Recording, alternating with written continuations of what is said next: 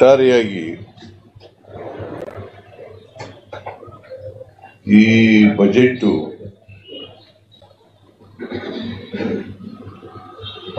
ಅತ್ಯಂತ ನಿರಾಶಾದಾಯಕ,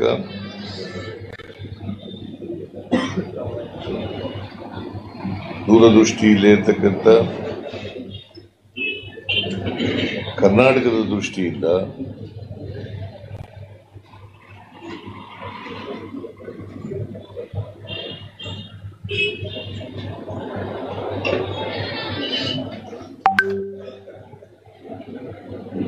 ವಿರುದ್ಧವಾಗಿರ್ತಕ್ಕಂಥ ಬಜೆಟ್.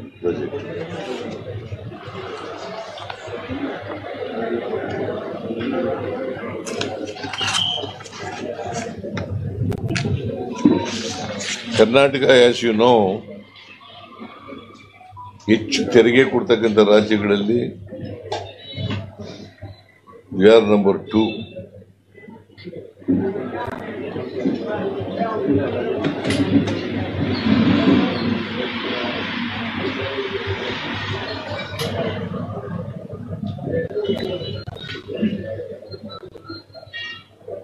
ಬಿಹಾರ್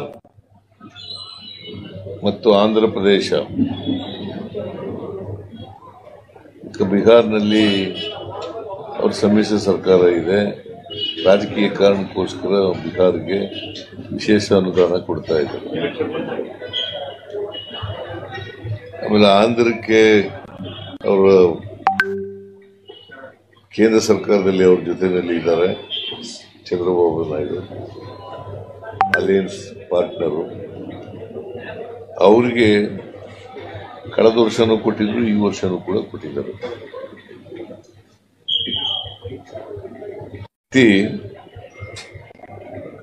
ಬಿಹಾರ್ ಮತ್ತು ಆಂಧ್ರ ರಾಜ್ಯಗಳಿಗೆ ಹೆಚ್ಚು ಒತ್ತು ಕೊಟ್ಟಿರ್ತಕ್ಕಂಥ ಬಜೆಟ್.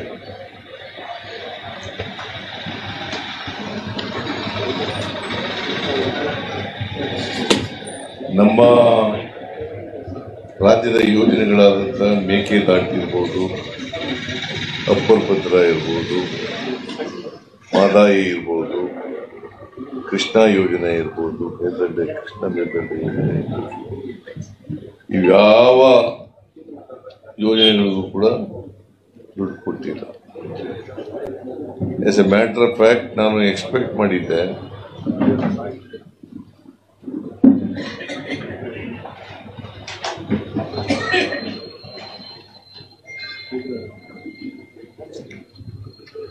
ಅವರ ಬಜೆಟ್ನಲ್ಲಿ 2023-24 ಬಜೆಟ್ನಲ್ಲಿ ನಿರ್ಮಲಾ ಸೀತಾರಾಮನ್ ಅವರು ಅಪ್ಪರ್ ಭದ್ರಾಕ್ಕೆ 5,300 ಕೋಟಿ ಕೊಡ್ತೀವಿ ಅಂತ ಹೇಳಿದರು.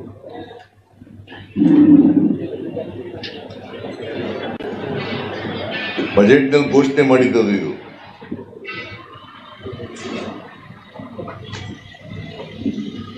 ಎರಡ್ 2023-24 ಬಜೆಟ್ನಲ್ಲಿ ನಿರ್ಮಲಾ ಸೀತಾರಾಮನ್ ಅವರು ಬಜೆಟ್ ಸ್ಪೀಚ್ನಲ್ಲಿ ಅಪ್ಪರ್ ಭದ್ರಾ ಪ್ರಾಜೆಕ್ಟ್ಗೆ 5,300 ಕೋಟಿ ಕೊಡ್ತೀವಿ ಅಂತ ಹೇಳಿದರು. ಇಲ್ಲಿವರೆಗೂ ₹1 ಬಂದಿಲ್ಲ. ಮತ್ತೆ ಈ ಬಜೆಟ್ನಲ್ಲೂ ಕೂಡ ಅದರ ಪ್ರಸ್ತಾಪ ಇಲ್ಲ.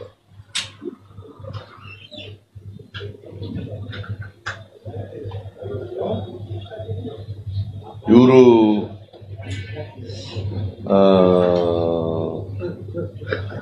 ಬಸವರಾಜ ಬೊಮ್ಮಾಯಿ ಅವರು ಬಜೆಟ್ ಮಂಡಿಸುವಾಗ ಕೇಂದ್ರ ಸರ್ಕಾರದಿಂದ ನಮಗೆ 5,300 ಕೋಟಿ ಬರ್ತದೆ,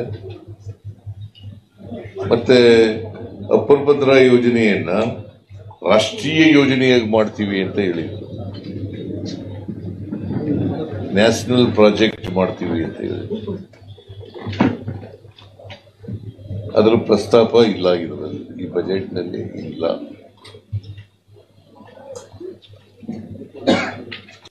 ಕರ್ನಾಟಕ, ರಾಜಸ್ಥಾನ ಬಿಟ್ಟರೆ ಹೆಚ್ಚು ಒಣಭೂಮಿ ಇರ್ತಕ್ಕಂಥ ಪ್ರದೇಶ.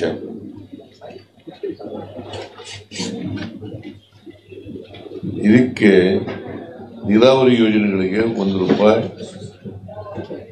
ಬಜೆಟ್ ಕೊಡದಿರಲಿ, ಅನುದಾನ ಕೊಡದಿರಲಿ, ಈ ಕರ್ನಾಟಕದಲ್ಲಿ ನಡೀತಾ ಇರತಕ್ಕಂಥ ನೀರಾವರಿ ಯೋಜನೆಗಳು ಪ್ರಸ್ತಾಪನೆ ಇಲ್ಲ.